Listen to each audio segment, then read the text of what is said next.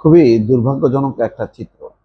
সেটা হচ্ছে যে ইসলামী ব্যাংকগুলোতে আমানত কমে যাচ্ছে। কেন কমছে? তার ব্যাখ্যাও আছে, কিন্তু কল্পনা করেন, আমি নিজে, আমার মনে আছে, সিঙ্গাপুরে মুস্তফা মার্কেটে আমি একটা প্রবাসীদের একটা লম্বা লাইন দেখলাম। তো একটু অবাক হলাম যে এই লম্বা লাইনে কি করছে। তো বললো, ভাই সবাই ওই যে বেতন আজকে বন্ধের মধ্যে সবাই সাপ্তাহিক যেই স্যালারিটি পাইছে বা বন্ধের দিন সবাই এখন আসছে বিভিন্ন ফ্যাক্টরি থেকে বা তাদের আস্তানা থেকে, এখন তারা দেশে টাকা পাঠাচ্ছে। ভালো, কোন ব্যাংকে? দেখলাম যে কয়েকটা ব্যাংকের সেখানে বুথ আছে, তার মধ্যে সব দাঁড়ায় আছে ইসলামী ব্যাংক। ভালো লাগলো যে বৈধ পথে সবাই টাকা পাঠাচ্ছে। তো নিজের চোখে দেখা, যেখানে লাইন ধরে প্রবাসীরা টাকা পাঠায় ইসলামী ব্যাংকে, সেই ব্যাংকগুলি সহ, মানে অর্থাৎ ইসলামী ব্যাংকগুলি সহ আরো অন্যান্য নামের যত ইসলামী ব্যাংক আছে, 10টা পূর্ণাঙ্গ ইসলামী ধারার 10টা ইসলামী ব্যাংক, বাংলাদেশ আল আরাফা ইসলামী ব্যাংক, সোশ্যাল ইসলামী ব্যাংক, শাহজালাল ইসলামী bank, Exim bank, first security ইসলামী ব্যাংক, গ্লোবাল ইসলামী ব্যাংক, ইউনিয়ন ব্যাংক, স্ট্যান্ডার্ড ইসলামী ব্যাংক, আইসিবি ইসলামিক ব্যাংক।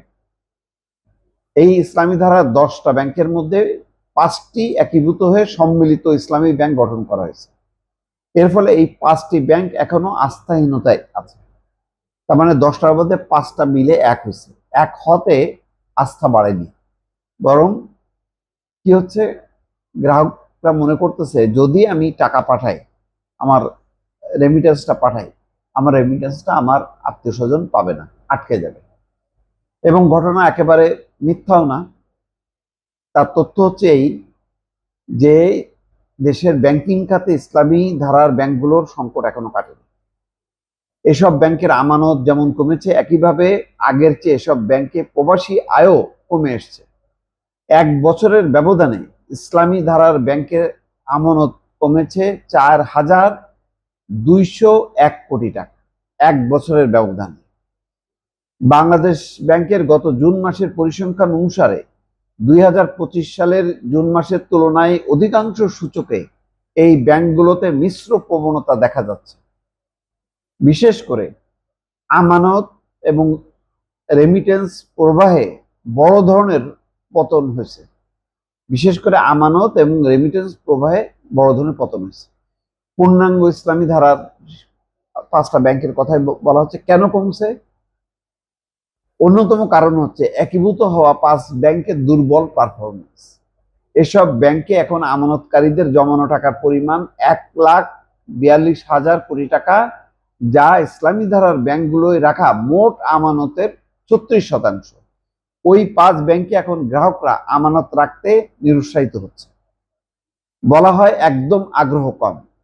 এ কারণে ওই 5টি ব্যাংকের গ্রাহকরা নিজেদের চাহিদা মতো টাকা তুলতে পারছে না। একজন গ্রাহক সর্বোচ্চ 2 লাখ টাকা পর্যন্ত তোলার সুযোগ দিয়েছে বাংলাদেশ ব্যাংক, সর্বোচ্চ 2 লাখ টাকা। তার মানে ওই 2 লাখ টাকাও যদি না আসতে পারে, বা সে তার জমানো টাকা সে ইচ্ছা মতন কেন তুলতে পারবে না, এই হচ্ছে বিষয়। ফলে এসব ব্যাংক আমানত রেখে আটকে যাওয়ার শঙ্কা আছে গ্রাহকদের মধ্যে। উল্টো এসব ব্যাংক থেকে টাকা তুলে নেওয়ার প্রবণতাই বেশি। এসব কারণে ইসলামী ধারার ব্যাংকগুলোর আমানতের প্রভাব পড়ছে এর উপরে। তার মানে আমানত কমে যাচ্ছে। আওয়ামী লীগ সরকারের সময় ওই 5টি ব্যাংক থেকে নামে বেনামে ঋণের নামে বিপুল পরিমাণ অর্থ লুটপাটের অভিযোগ আছে। এছাড়া তৎকালীন সরকার ঘনিষ্ঠ সমন্বিত ব্যবসায়ী গ্রুপ এস আলম চাপ প্রয়োগের মাধ্যমে ইসলামী ব্যাংক লিমিটেড নিয়ন্ত্রণ নিয়েছে। এটাও একটা যে চাপ দিয়ে একটা ব্যাংকের নিয়ন্ত্রণ নিয়েছে, এবং আস্তে আস্তে 7টা ব্যাংক এইভাবে তার নিয়ন্ত্রণে চলে আসছে। এছাড়া প্রবাসীদের অনেকের মধ্যে এসব ব্যাংকে রেমিটেন্স পাঠানোর অনাগ্রহ আছে, কারণ রেমিটেন্সের অর্থ ঠিক মতো তোলা যাবে কিনা তা নিয়ে তারা অনিশ্চয়তায় ভোগেন। এছাড়া যে কোনো ব্যাংকের আর্থিক পরিস্থিতি মজবুত না হলে গ্রাহকরা আমানত রাখতে নিরুৎসাহিত হন। এখন তারা খোঁজে, ভাই কোন ব্যাংকে রাখলে টাকা ঠিক মতন পাবো বা নিরাপদ থাকবে। এই ধরনের অনিশ্চয়তার মধ্যে সরকার যেগুলিকে একত্রিত করতেছে সেইগুলি দেখা যাচ্ছে যে আরো দুর্বল হচ্ছে। বিশেষ করে ইসলামী ধারার ব্যাংকগুলো সবচেয়ে এখন নাজুক অবস্থার মধ্যে, অথচ এককালে এই ইসলামী ধারার ব্যাংকগুলো সবচেয়ে শক্তিশালী ছিল। কিন্তু শেখ হাসিনার এস আলম গ্রুপ সহ বিভিন্ন গ্রুপের লুটপাটে এই ব্যাংকগুলি এখন দেউলিয়া হয়েছে।